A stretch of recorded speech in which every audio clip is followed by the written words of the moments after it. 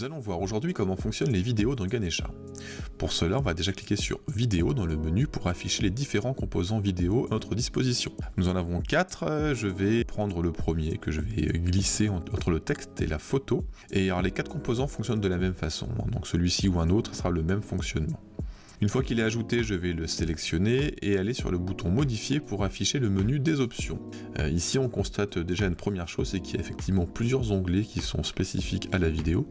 Et on va tous les faire, mais je vais cliquer pour le moment sur vidéo. Ici, on va pouvoir aller sélectionner une vidéo, donc on clique sur le petit bouton qui est ici, et j'avais déjà copié-collé un lien d'une vidéo YouTube, donc je vais directement le coller ici. Alors, petit point ici, on peut intégrer des vidéos qui viennent de YouTube, de Dailymotion ou de Vimeo. C'est le même principe pour les 3. Il suffit d'aller sur la vidéo qu'on souhaite partager, et on va sur le bouton partager justement, et vous copiez-coller le lien que vous aurez. Donc là c'est un lien YouTube, je le colle ici directement.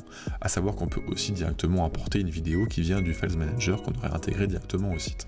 Bref, je valide et notre vidéo va directement s'afficher dans l'aperçu ici. Donc là c'est une vidéo justement sur un tuto de Ganesha. On pourrait, si on veut, choisir une miniature ou faire démarrer la vidéo à un temps particulier. Alors attention, ça marche pour tous les types d'intégration sauf pour Vimeo. On n'a pas encore mis en place ce système pour Vimeo, on verra plus tard.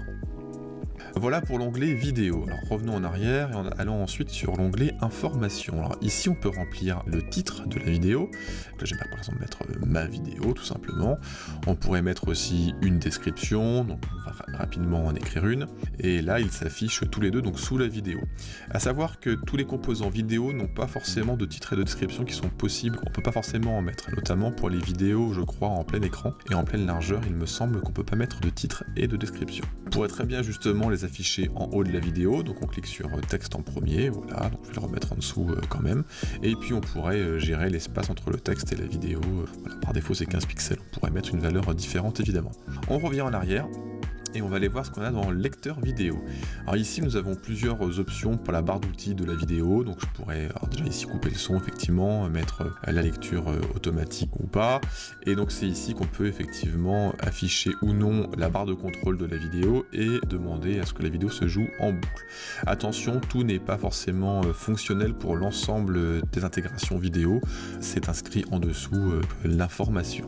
Revenons en arrière et allons maintenant dans propriétés d'affichage pour finir avec les propriétés spécifiques à la vidéo.